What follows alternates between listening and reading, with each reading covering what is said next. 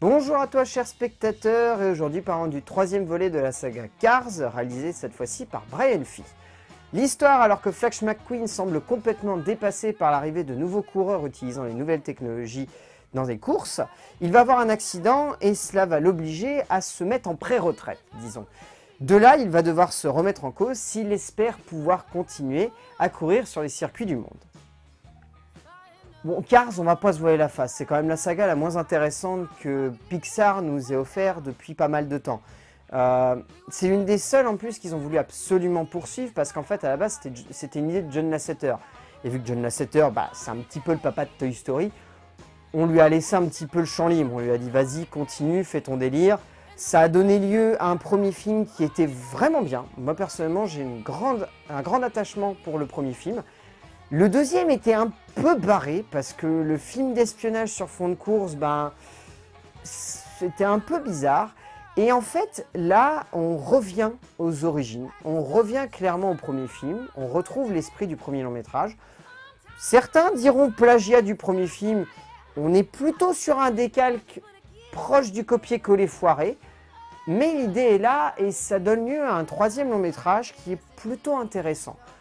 Qui n'est pas forcément impressionnant, mais qui a cet esprit et cette âme en fait qui manque des fois à certains films Pixar. Et depuis quelques années, c'est ce qu'on reproche à Pixar, de manquer d'âme sur ses films.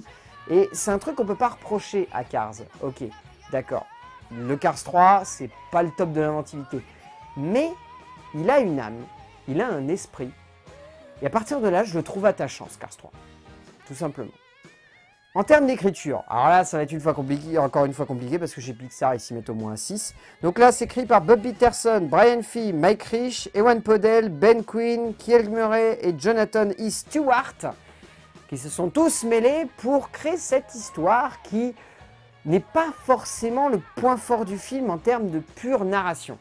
Le film ressemble beaucoup trop au premier long métrage, dans le sens où Flash McQueen va devoir réapprendre toute sa manière de conduire, donc comme dans le premier film, pour espérer gagner et pouvoir battre son némésis Jackson Storm. Et c'est le premier long métrage en fait. À partir de là, il n'y a pas vraiment de réflexion.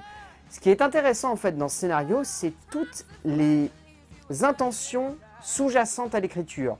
Cette espèce de filiation constante qu'il y a entre passé et avenir. Dans le sens où le film n'est pas un long métrage qui va dans une seule direction, c'est-à-dire les vieux, c'est tous des cons, faut laisser la place aux jeunes. C'est plus fin que ça. Parce qu'en fait, c'est un long métrage qui nous parle des rêves du passé qui reviennent dans le présent.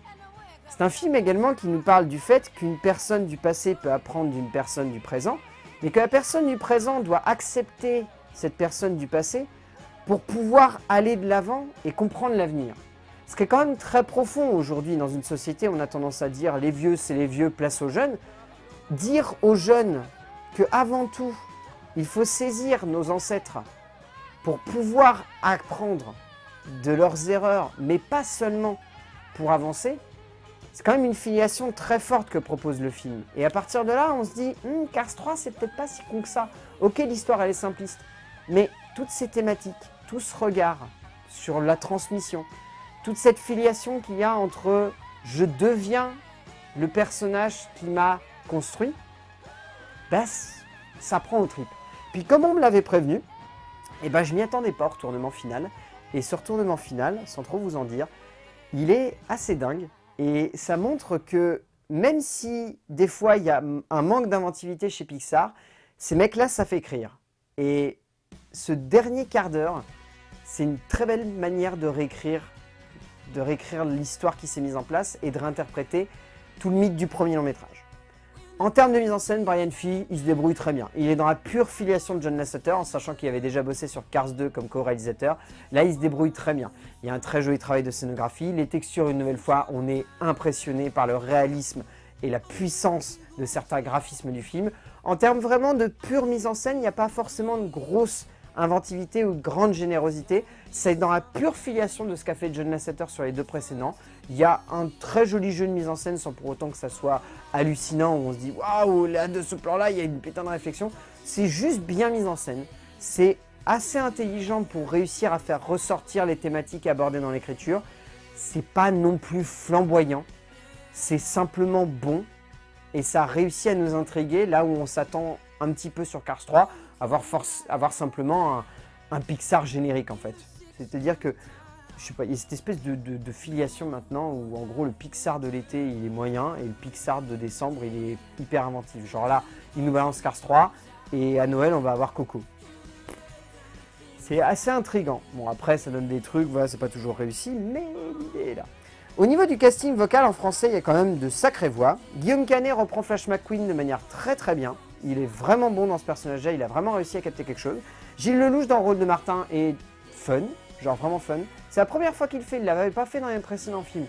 Il a une bonne voix qui porte bien. Nicolas Duvauchel dans Jackson Storm est vraiment classe. Genre il y a vraiment une voix de ouf, genre ça porte vraiment bien. Alice Paul et Cécile de France sont vraiment classe. Elles ont vraiment une bonne voix. Enfin voilà, au final, Cars 3, c'est un film qui fonctionne. Là où on aurait pu s'attendre à ce que ça plante, c'est un film qui fonctionne, c'est un film qui nous entraîne, c'est un film qui a une âme, c'est un film qui est émotionnel. Et à partir de là, on est pris dedans. On a envie de se laisser embarquer et on accepte toute cette histoire malgré ses clichés et malgré ses facilités. Donc en soi, Cars 3 de Brian Fee, si vous avez l'occasion de le voir en salle, je vous le conseille parce que c'est pas un grand Pixar, mais c'est un bon Pixar. Et en cela, ça vaut le coup d'œil. A plus!